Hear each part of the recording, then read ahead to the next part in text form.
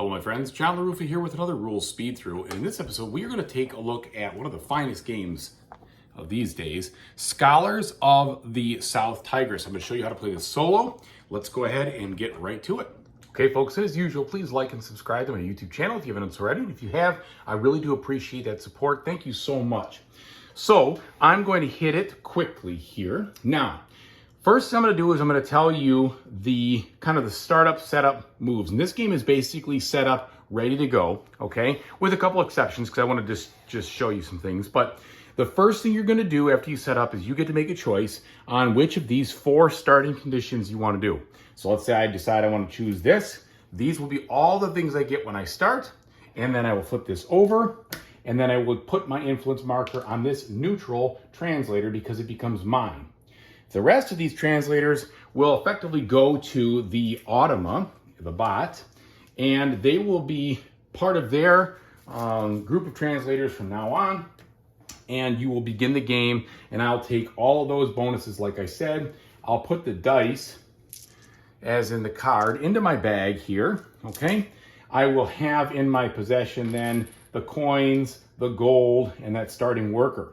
And then I will go ahead and I will draw out, because it said 4 dice. And anytime you draw a dice out of the bag, you must immediately roll them. And that is what you're working with. You get a hand of cards to work with as well. And the cards are what are going to help you carry out your actions throughout the turn.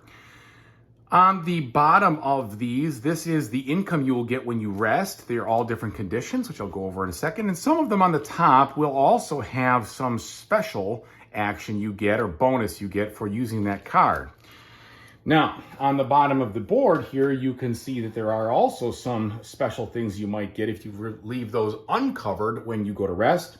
You also have a condition card here, and this condition card, when you interact with anytime you interact with the advisor that looks like this, you will get a white person. Anytime that you will translate one of these scrolls, you'll get the blue, and I shouldn't say anytime, it's the first time you get it. And then when you get to level 3 on this track right here, you will go ahead and you will get a purple die. The other thing is sometimes like this, you might have a starting research track bonus, which you will start right away. And when you do that, you get this immediate bonus right there as well. So that counts. Now, all right, the turn works like this. You will go first. You will choose one of these cards from your hand. Let's say I just choose this one.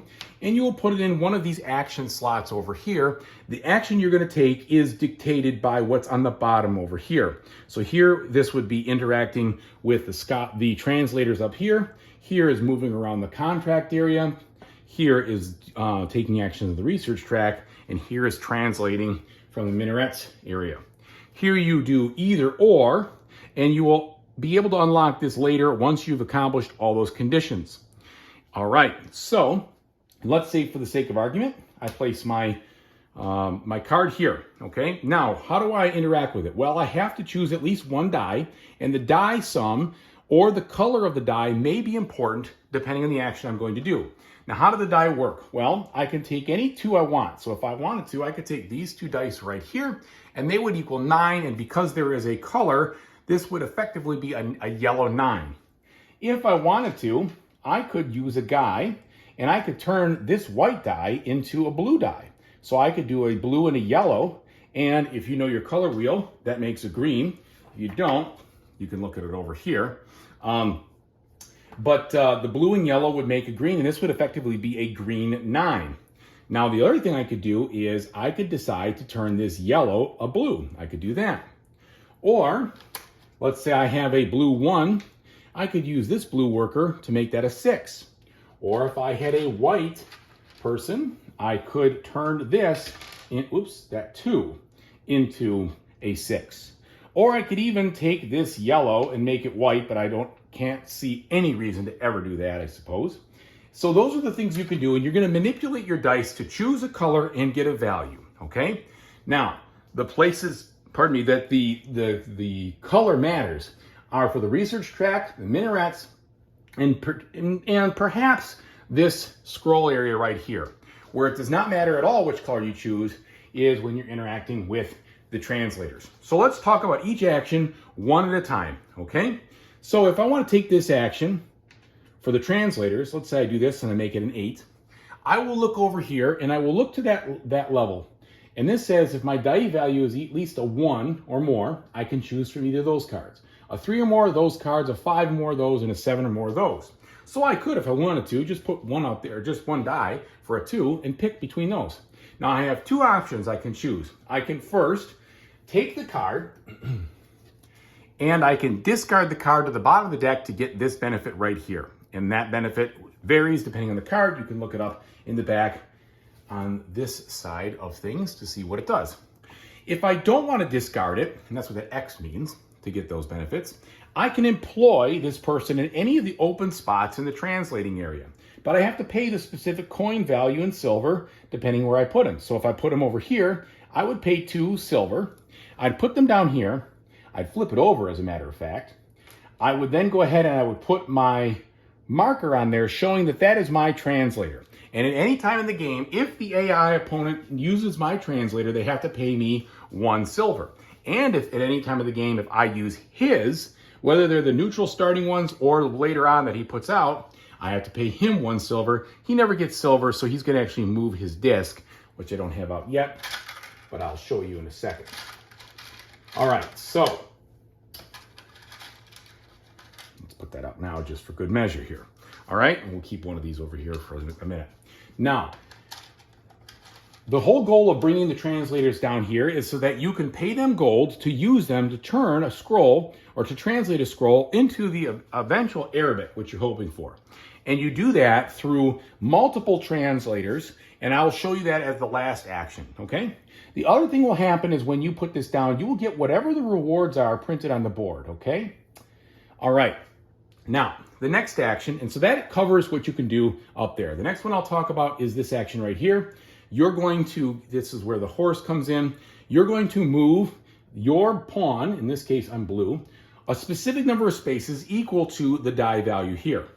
And if it just so happens that you have a color, if you cross that color in the path, you will get that bonus. So let's say I made this a 5, I would move this 1, 2, 3, 4, 5, up to 5 spaces. It could be anywhere from 1 to 5. And if I cross over, like I said, I would get to place an influence in this case on any card over here or over there, okay? Where I land depends on what my action is. So sometimes I might land in these white actions, and that would give me a small benefit, like this one gives me 3 silver, or this one would let me draw acquire a colored die and also draw one from my bag. There's a variety of different things you could do here. Or if you land on these black spots, you take this scroll and you put the scroll over there. And in order to do that, you would have to pay the 4 silver. Then you would gain 1 influence in the tower. And if you're the first person in there, or you make up a majority, you will move your influence marker up to the top, showing that you are the majority leader. If there's a tie, the majority stands where it was. So you have to exceed. Plus, you'll also get a gold. If you end up doing the top one, you get 2 influence and the gold. And the bottom one gives you an influence, a gold, but you have to take a white die in your bag, and a white die is not what you want, okay? And when you add a die to your bag, you're gonna add it right away. You don't save it for later. So that is what this action does, but also, depending on the scroll you transfer, if I was to transfer this scroll, I would instantly move up my research in this section 1 level. Now, when I move up research in a level, you would get this benefit if it is a clear space. You immediately get that benefit. If it's not a clear space, that will be part of your income later on, depending on what you do. Okay, so I'm gonna leave that there for an example. All right, so when you move this out and put it over there, you have to draw a new scroll from the top of the deck. And when you draw one, if it is a regular scroll like this with nothing special to it, it's just a normal scroll, you're gonna put it right in that spot. However, if you manage to draw one of these Caliph scrolls, then this goes right into the scoring spot and you immediately stop for a scoring round to resolve this, which I will tell you about at the end. Well, I might as well tell you about it right now because for the most part, this is how it's gonna happen, this or doing rest. When you do that, you will evaluate all 3 of the Minaret spaces. And you will go left to right And depending on the influence that's out there, you will fill up the card, okay? So let's say we have a situation like this where he has 2, I have 1, so he's in majority. I have 1, 2, and he has 1. In this case, we're going left to right. He would take his extra 1 over here and he would move it depending on his priority, either the top or the bottom of the card. We'll talk about priority in a second.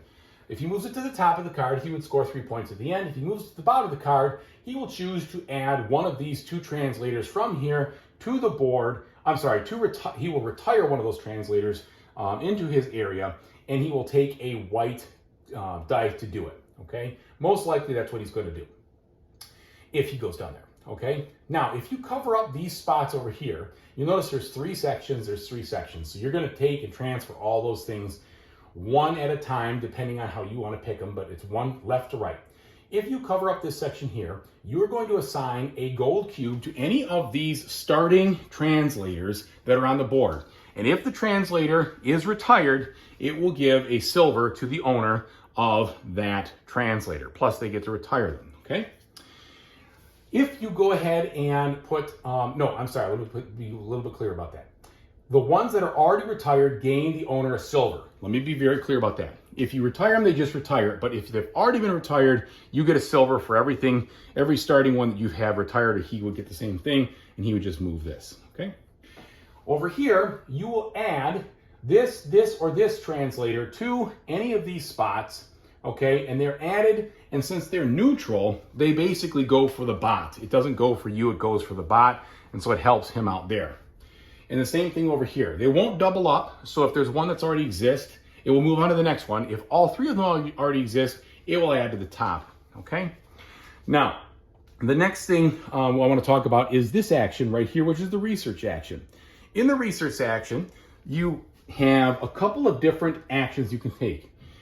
With any color you want, as long as it's 1 or greater, you can get 1 of any color worker you want and 1 silver. So you can do that.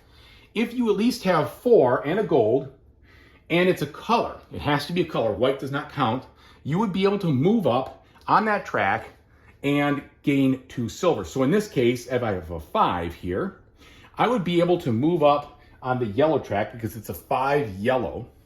1 space, I would get the 2, I'd have to pay gold, okay? And I get the 2 silver, and then I'd also get 1 silver from this. All right, so that would be a way to make some money and to move up on the track.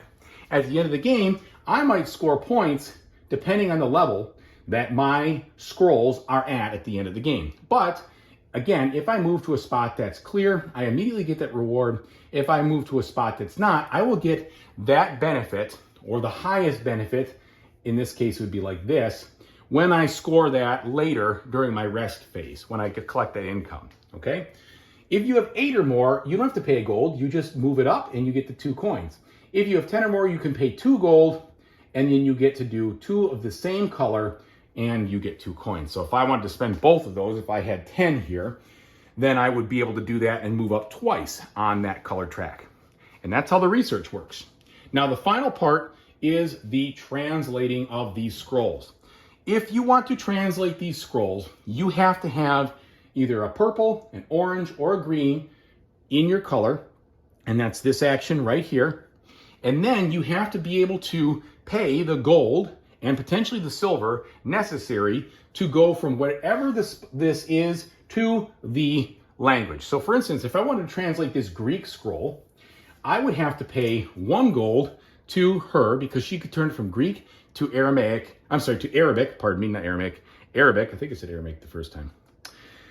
And that would be the end. And you want to, again, here's the key that you're going to look for. You're trying to go to this area. You can, of course, jump over these, but what you can't do is ever go back to the same language twice or use the same translator twice. So for instance, this one, I could make this happen by having, in this case, an orange die. It doesn't matter the value at all. It just has to be an orange combination. However I get there, whether it's with an orange die itself, or if I combine a yellow and a red die that would make orange, or use workers, or however you do it.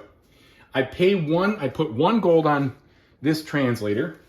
Because this one's owned by the bot, I'd have to pay a silver, in this case, to him, which would go to the bank, and then that would move his disc over 1 spot. And then I would be able to take this and translate it. What that does is it gives me this bonus immediately from a research standpoint. So I would move up here. And then at the end of the game, I would get 3 points plus whatever situation I have here, plus in this case, right away, I get to add an immediate influence to the orange minaret. So I would add that right away with this. And then from now on, I have a goal I'm working for. I want to get at least 4 or more if I want to get 4 points. It could be up to 7 points at the end of the game. And that is the major way you're going to score points in this game, is through there. Now, notice how 1 gold is all that is shown up here. When you meet this level, and you cannot exceed it, but when you meet that level, the person retires. And in the case of the bot, it just goes to a thing off to the side, and that's it. But in your case, if this was your card, you would choose one of these 4 places over here in the brown and slide that card under, and then that would give you an extra bonus or benefit. In this case, I'll show you clearly on the camera. It would allow you, whenever you take the action, to turn 1 gold into 3 coins. The first card you slide under is free. If you slide a second card into the same space, you either have to pay 1 silver or you have to take 1 extra white die into your bag, which you don't want to do. If you did not finish filling their spots, they remain for future turns until they are fully paid off and then retire, okay? And these do a variety of things which they're worth points, and they also take different actions and help you do different stuff, which you could check out in the rule book for sure. There's too much to go into there. So those are all 4 of the actions, okay? Now at the end of the game, you are going to count up how many white dice you have compared to how many colored dice. And that number is you're going to say number of colored dice total minus number of white, and it's going to give you some kind of value. You're going to compare that value with the score of the bot in their dice slider, and whoever's got the highest value, meaning you have more colors than you do white, you will get 2 points, okay? So that's one of the scoring conditions. The other way you score points is for your claimed scoring cards up here in points. Whoever has the most in the purple, the orange, and the green minaret. And then you score all the conditions on your scroll cards that you've been translating, all the points for any of the translators you've retired, and any of these points that you have over here, depending on where you are on the tracks. And that is how you determine your score. To determine the bot score, it's completely different. I'll talk about that in a second. So that is how you play the entire game from a solo standpoint for just you. Okay, now let's go to the bot. Now, if you plan to play multiplayer, you could technically stop right here and probably do just fine playing multiplayer. Let's talk about the bot now. In order to play the bot, on the bot's turn, you're going to flip over one of these cards, and you are going to first move his marker a specific number of spaces. Could be 0, could be 1, could be 2, over on this track. When they get to the end, if they move again, they are going to place one of these research markers on this space, and they're going to place up to all 6, and they're going to get that bonus immediately, okay? In the game, if they ever get, when you're doing these consolation things, which I didn't talk about, and I might as well mention them now, when you're scoring this area, if you did not get to score up here, but you did have presence over here, you get the consolation prize, which is printed right here. The bot won't get the consolation prize. They will turn a guy into a coin, moving it over there. They'll turn a gold. They will put a gold on their own translator, whoever is the farthest left that they own. In this case, it'd be right here, and they would put one over there to kind of move them forward in the retirement, okay? Now, let's talk about what they're gonna do. On their turn, they flip over a card, and they're going to try to accomplish the top action. In this case, the condition is they have to, if there is at least 6 or more translators out in these translation spots, they're going to do this action, which in this case is place an influence on a card. They're going to try to influence one of those first that's open, and they're going to break ties by whichever color they're on. So if they're on this, they're going to try to influence a purple, all right, and so on. And then they're going to place a minaret influence out. They're going to do that by wherever there is no influence, they're going to try to take it. Wherever you are, they will try to be in that spot to see if they can exceed you. And if they're there and you're there across all the boards, then they're going to choose based on the color that they're on right here. Okay, so that's that action. If they cannot accomplish this, they will add a translator to this row, depending on, first, what is the sum of the two cards revealed? So in this case, it would show 2 and 1, that'd be 3. It would try to add to the third slot. If it can't add to the third slot because there's someone there, it will move further down until it finds an open slot and add right there. It does not pay anything. It just puts the card down, and it always counts for them. They own it.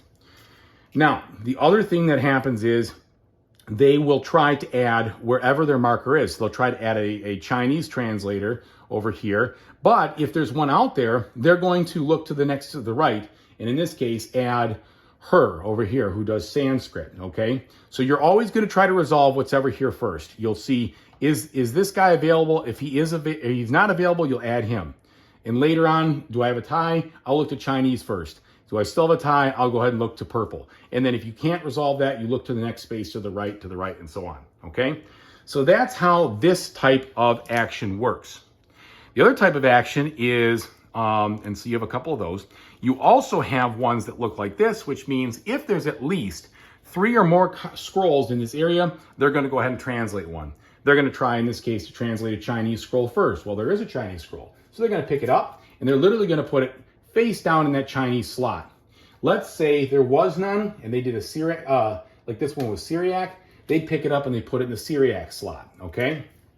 And each of these will score in different conditions at the end of the game, depending on what it is. And you completely ignore what's on the card. The value of the card doesn't matter. The research bonus does not matter. Nothing matters. They just take it and go, okay?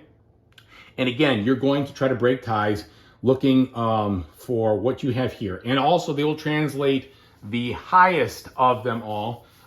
If there is I think that's the way it is. I can't quite remember if it's the highest or lowest. You can look into the rule book. Let's say there's 2 Chinese and Chinese over here. I can't remember if it's this one or this one, which they would take. But that's something you could take a look at. Anyway, that's how you resolve the translation slot. If you can't do that, they're going to move on the scroll track, and they're going to transfer a scroll from here over to there, okay? And I just realized I never taught the rest, which I will teach in a second, so you couldn't, technically, when I said you can go on to learn it, you can't. I got to do one more thing before I do that. But the fact of the matter is that when you go to do this, they're going to move their person to a scroll, specific number of spaces away, depending on what it's trying to get to. So they're going to try to see if they can advance a Chinese scroll. Well, let's say, what they'll do is they'll look at this, okay? And they will see where the next one is in the row, depending on where this is. So let's say this was right here. They would grab this Chinese scroll and they would translate it. They would move it over here, and they would get the reward based on what it says down here, not what it says over there. So instead of getting gold and such and so forth, they would get exactly what it says over here, okay? Now, if this was passed, let's say, so we've got, what do we have here? We have 2 Persians. Let's say it was sitting right here. They would try to translate this Persian first because it's right there, and if they couldn't, it would go all the way around there. So that's what you're kind of looking at. You're looking at the first one in line to the point where they're sitting at, where that is sitting, okay? So that's how that works. So those are the 3 types of actions it's going to do. And the other one is that if you have 7 or more scrolls out there, they might do something like where they might gain a couple of coins, and then they might try to place a gold down on the first one of their unretired translators. So you have all these cards. Those are the actions they're going to try to do. Now, let's talk about resting. I missed that when I was discussing what you do if you don't want to work. If you rest, you follow these instructions. You're going to reveal the bottom scroll card. So when you decide to rest, and why do I decide to rest? Well, if I have 2 or less dice available to me, okay, then I can rest, all right? And when I rest, I will do exactly what it says. First, I'll reveal the bottom scroll. You'll take it out. You'll look to see where this is, okay? But first, you're going to look at the number of points, and you're going to move this a certain number of spaces 1, 2, 3, 4, only on the black like I just did. Then you're going to look at this card and you're going to say, is there an influence on there? If there is an influence on there and there is an open spot in the tower, you're going to take this card and you're going to put it in the tower. If there's not an influence on there, you're going to take this card, you're going to replace it with the Chinese card, and you're going to put that in the open spot right there. Okay, and that what that means is what I mean by open spot, to be clear, is there is a tower that has nothing in it. If this is the case right here, you're not going to put anything over there. So let's say I reveal this one. There's no spot over here. If there's an influence on here, I simply discard this. If there's not an influence on here, I swap it, and then I discard the one I swapped for to the discard pile, okay? Which I guess is not really over there, but that's what you're going to do first when you rest. Then you're going to gain income. And to gain income, you look at all of these blue spaces over here, and you get whatever it says. In this case, you'd get a silver. Here, you would gain the income based on where your nature or your biology research is. So you could effectively spend 1 gold to get to move a blue, yellow, or a red up 1 spot. Here, you get a white worker. Here, you get to move up the blue one. However, you're going to probably have some of these in here like this, which means you have to take, whether you like it or not, a white die into your bag. And there's all sorts of other ones that are all based on the different research tracks. If, at some point in the game, you finish this card, you will reveal this other space here, which gives you another action space you can take. And this card comes with a pre-printed 5 on it and will allow you to spend a worker of any color to discard a white die from your bag, which is very helpful, or from one that's on the cards. After you have done that, gain the income, you're going to take all the dice that you have that are used and you're going to put them back in the bag. You can hold on to ones you didn't use, but remember, you can't rest if you have more than 2 dice out here. So 0, 1, or 2. I think it's 2. I don't think it's 0 or 1. So when you rest, so let's see, I don't know where it says so. You almost never rest with more than, when you have any dice in your possession. You're really gonna, if you have 1 die, just sometimes there's a reason to rest. But usually, you have to have at least 1 action card. Oh, I guess that's it. That's the only thing you have to do, is you have to have at least 1 action card out. My mistake. Forget about what I said about the dice. You have to have at least 1 action card out. Okay, apologize for that. So the last thing you're going to do is you're going to return all action cards to your hand. So that's how you reset your hand and get these all back, okay? So that is resting for you. Now resting for the bot looks like this. You're going to have a specific amount of cards out. The first moment after you've played 3 of 1 color, the next turn you will take a rest action. And in doing so, you'll still draw the bottom card. You will still move the scrolls like I just showed you. You will gain income, but in the case of him gaining income, he only gains whatever it shows here. If you've gotten 3 in a row right away, you'll gain both of them. If you did not get 3 in a row, or if you have something like this, like that, I shouldn't say 3 in a row, but 3 before you finish. If you finish the line, then what you're going to do is you're going to retire either that person or that person, depending on the color. Then, depending on the color you have more of, you're either going to move this to the right if you have more blue, or to the left if you have more red. And what you want is you want to do more left, because that will not you, but you're hoping that's the case, because the lower their number, the more likely you are to win the dice challenge at the very end. Then after you've done all those steps and gain the income, you will take these cards back again into their hand, you'll shuffle it, and you'll be ready to go. All right, I believe I've covered everything that you need to play this game. It is a little bit intricate in regards to how the bot takes the turn. And I'll just really quickly again say, when they translate, they just specifically look to the scroll they're trying to take. If it's there, they take it. If it's not, they go to the next one. They will take the scroll, they will turn it face down in that spot, and they will score with it. Now, how do they score at the end? Basically, for every scroll they have in each of these spaces, they will get points. So for every Chinese scroll, they'll just get 7 points, period.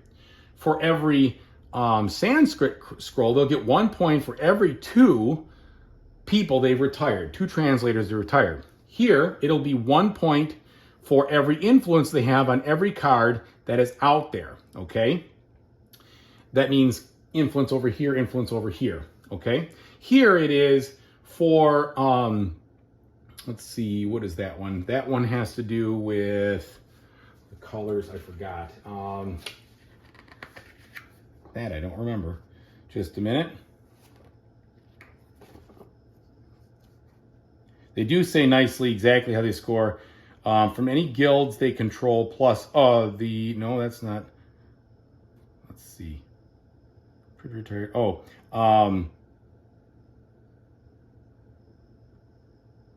Okay, my mistake. Here it's for every 2 that they have retired. Here it is for every scroll they've translated, period, in general, all the scrolls.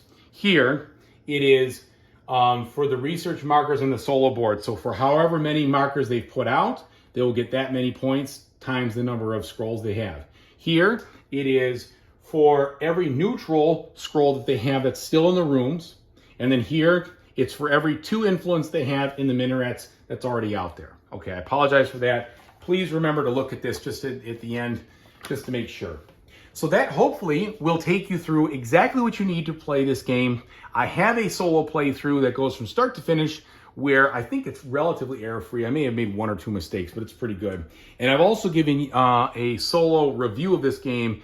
It's just an awesome game. So check out all those videos if you want more information, but I really hope this will help you to learn exactly how to play this game and refresh yourself if you've played it before. So thanks so much for watching. If you notice that I made any rule mistakes at the end of this video, because I did correct a couple, please let me know in the comments and I will pin them in the comment below so that we fix them.